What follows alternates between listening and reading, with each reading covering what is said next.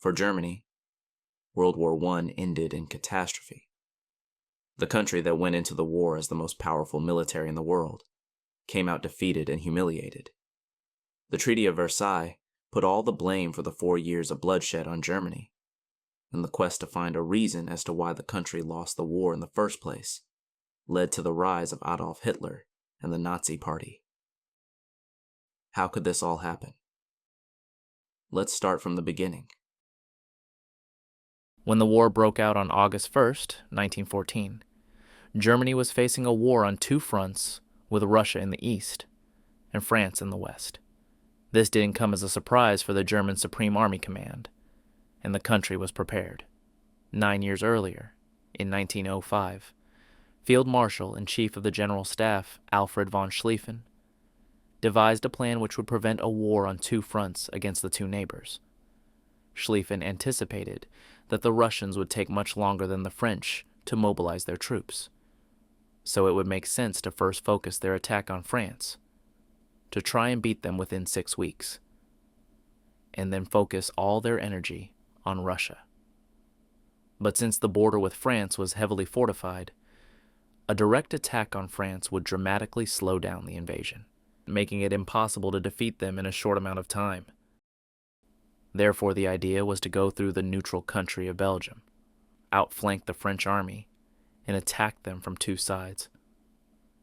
But the invasion of a neutral country was the first big mistake by the German planners, because this brought Britain into the war on the side of France and Russia. The entrance of Britain turned out to be fatal to Germany's chances of winning the war, because the first thing the British did was implement a naval blockade to starve Germany of their resources. Also, Germany heavily underestimated Belgian resistance, since they expected them to only fight symbolically or not at all. But instead, the Belgians put up a fierce fight against the invaders, rapidly slowing down the German advance. While the Germans fought in Belgium, the French started their own attack on Germany in Lorraine. But the Germans anticipated this attack and had a clever plan. When France attacks, they would retreat into Lorraine, luring the French troops out of France to keep them in Germany, so that they couldn't intervene with the advancing German troops coming from Belgium. There was a big problem, though. The Crown Prince of Bavaria, who was the responsible commander for the operation, had different plans. He started a counterattack, forcing the French army to retreat back into France. So when the German army got to France, they were met with heavy resistance in the Battle of the Marne, and managed to force the Germans to retreat. Meanwhile, the Russians started an invasion into East Prussia on August 17th. The Russian attack came as a surprise to the German military command, since they expected the Russian mobilization to take at least a couple of weeks longer. What the Germans didn't know was that before the war, France heavily invested into Russian military infrastructure, especially its railways leading up to the German border. France did this because they vaguely knew of the Schlieffen Plan and the importance of time for it to work out. In an event of war with Germany, the French relied on the Russians to attack as fast as possible, which in turn would force Germany to relocate some of their troops from France to their eastern front in Prussia. Investing in Russian infrastructure was a great way for France to counter the threat of the Schlieffen Plan. For Germany, this surprise meant that they had to pull out troops from the Western Front and send them to Prussia in the east of the country.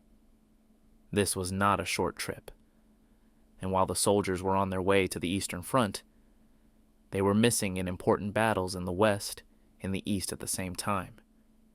Even still, Germany managed to pull in major victories against Russia, like in the Battle of Tannenberg, when Germany's 7th Army completely surrounded Russia's 2nd Army, taking almost 100,000 Russian soldiers captive.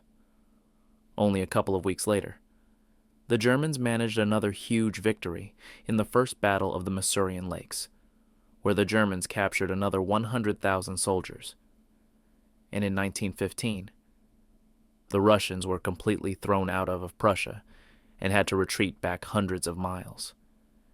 Despite these massive victories for the Central Powers, they didn't manage to completely defeat Russia, and had to keep splitting their troops and resources between the two fronts. While the Schlieffen Plan turned out to be a failure, the Germans also realized that their ally Austria-Hungary was totally overwhelmed by the realities of war. The Austrians declared war on Serbia on the 28th of July, and immediately started a campaign to invade the country.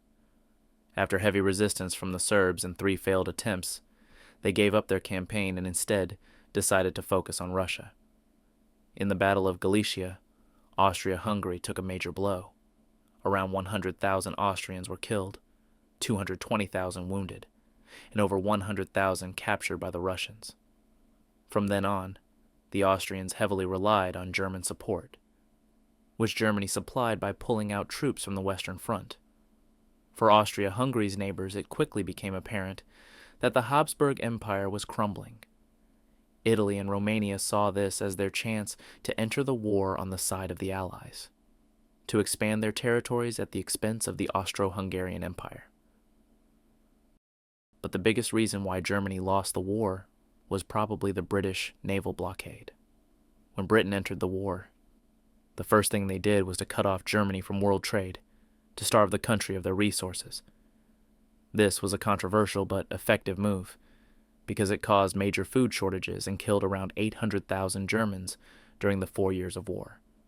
When Ludendorff and Hindenburg took over the reins of the military command in 1916, they implemented the Hindenburg Program, which focused the country's manufacturing on war materials and neglected other civilian industries. This obviously further diminished public morale and led to the people becoming even more tired of all the hardships they had to endure.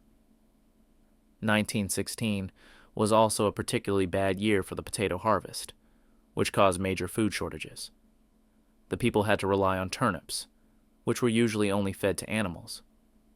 But since they are harvested during fall, they saved a lot of people from starvation. After the miserable turnip winter, Germany knew they had to do something about the naval blockade to get access to resources and food. Their plan was to attack British trading vessels with their submarines, to disrupt British import and exports. This turned out to be fairly inefficient. The German submarines couldn't destroy nearly as many trade ships as the Allies produced. And on top of that, this unrestricted submarine warfare eventually brought the Americans into the war on the side of the Allies. Germany wasn't the only country that was suffering, though. Food shortages in Russia in 1917 were even worse than in Germany. Russians were fed up with the harsh living conditions, and famines and massive protests broke out that led to the February Revolution and the abdication of the Tsar. This was a historic moment in Russia, since it brought an end to the Romanov dynasty that ruled the country for 300 years and set the foundation for the rise of communism and the Soviet Union. Meanwhile, Lenin was living in exile in Switzerland, carefully watching the revolution unfold in his home country. Since the interests of the revolutionary and the German state coincided, they worked together, and the Germans let Lenin pass through their country to travel to Russia, where he led the Bolsheviks to power. A year later, Germany and Russia signed the Treaty of Brest-Litovsk, and the Eastern Front went quiet. After Russia withdrew from the war, Germany could now finally focus on the Western Front. Hindenburg and Ludendorff wanted to launch a last offensive against the Brits and the French, to break through their defenses and march towards Paris. On the 21st of March, Operation Michael began with heavy attacks and managed to shock the Allied forces. After initial successes, the offensive wore off and lost its momentum. The Germans started a couple more offensives until July, but without any feasible territorial gains. After the failed Michael offensive, even Ludendorff and Hindenburg had to realize that the war was over for Germany. Instead of taking responsibility for the defeat, they tried to shift the blame onto the politicians at home. They persuaded the Kaiser to establish a new government that would have to manage the peace talks with the Allies, during which Germany was forced to accept the harsh terms of the Treaty of Versailles.